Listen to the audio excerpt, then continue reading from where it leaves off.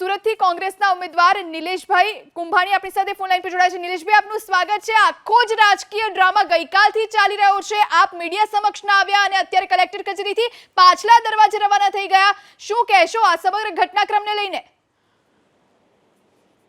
આજે અમારા કોન્ટેક્ટમાં આવ્યા હતા, સવારે 9 વાગે એમનો ફોન આવ્યો કે અમે કલેક્ટર ઓફિસે પૂગી જઈએ છીએ, તમે આવો।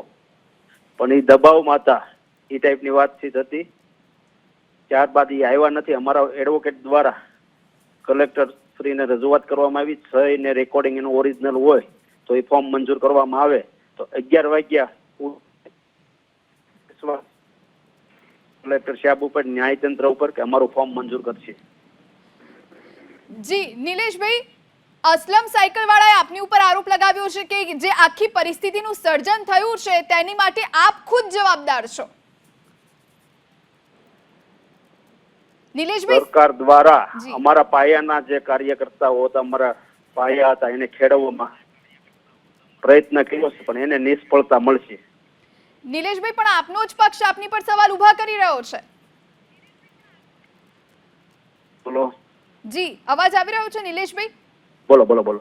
નિલેશભાઈ, આપનો જ પક્ષ આપની ઉપર જ સવાલ ઉભા કરી રહ્યો છે।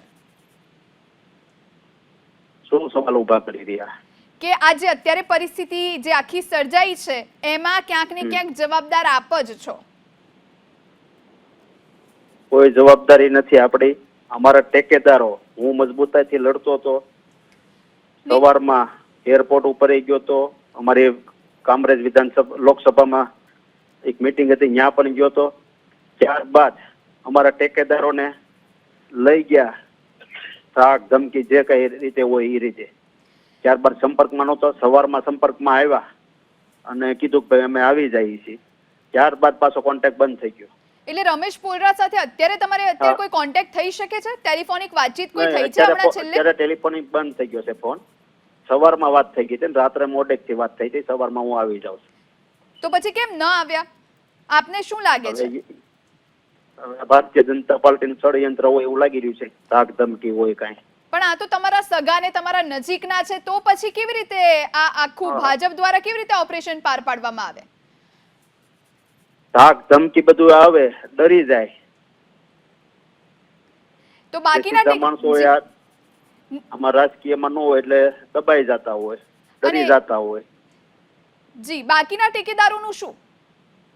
બાકીના ટેકેદારો એક આવતા હતા, પાછા કોન્ટેક્ટ વિહોણા થઈ ગયા છે।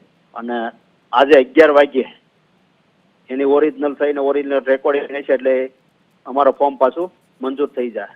એટલે આપને આશા છે કે આપનું ફોર્મ મંજૂર થઈ જશે ને આપ ઉમેદવાર તરીકે યથાવત રહેશો?